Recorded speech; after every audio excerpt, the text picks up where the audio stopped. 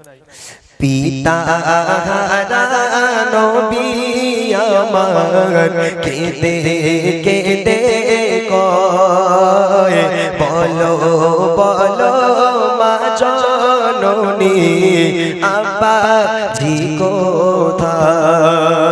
পিতা নবী আমার কেঁদে কেঁদে কয় বলো বলো ও জননী আব্বা জি কোথায়। মা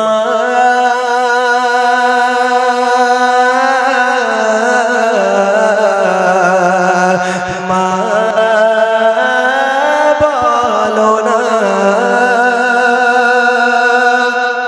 এই কথা যখন মা আমিনার কানে গেল, এ আমার মা, আমার পিতা কোথায় একটু বলো না।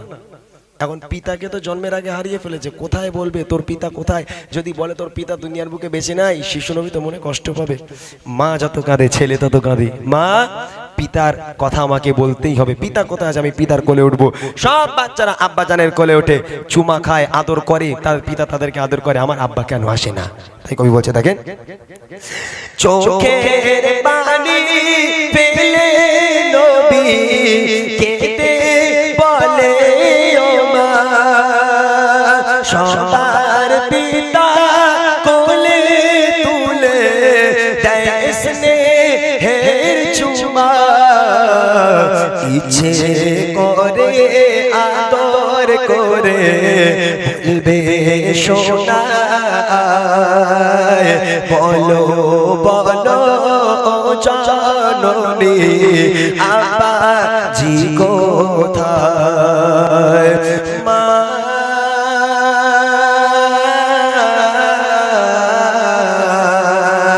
মা বলো না।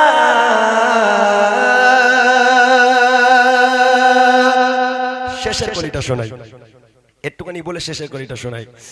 নবী পাককে যখন বোঝাতে পারছে না মা, তখন আম্মা জান আমিনা শিশু নবীকে বললো তোর আব্বাকে দেখবি বাবা? হ্যাঁ মা আব্বাকে দেখবো, চল আমার সঙ্গে। আম্মা জান আমিনা শিশু নবীকে নিয়ে আব্বা জানের কাছে নিয়ে যাচ্ছে আব্বাকে দেখাবে বলে। কোথায় দেখাবে আব্বাকে? বেঁচে আছে থোড়ি না। তো যখন চলে গেল রওজার ধারে, আব্বা জানের রওজার ধারে চলে গেল, শিশু নবী একটু দাঁড়ায় না। মা আমিনা চলতে চলতে তিনি হাঁপিয়ে যায়, এক জায়গায় বসে যায়। ওই শিশু নবী একটু দাঁড়ায় না। শিশু নবী মাকে টানতে টানতে নিয়ে যাচ্ছে, মা চলো না আব্বাকে দেখাবে। যখন রওজার ধারে চলে গেল, মা আমিনা বলছে ওই যাক বাবা, ওই যে তোর আব্বাজান ঘুমাচ্ছে, ওখানে গিয়ে তোর আব্বাজানকে প্রাণ ভরে দেখে নে। তখন শিশু নবী বুঝতে পারলো আমার আব্বাজান আর বেঁচে নেই, কবরের উপরে আছাড় খেয়ে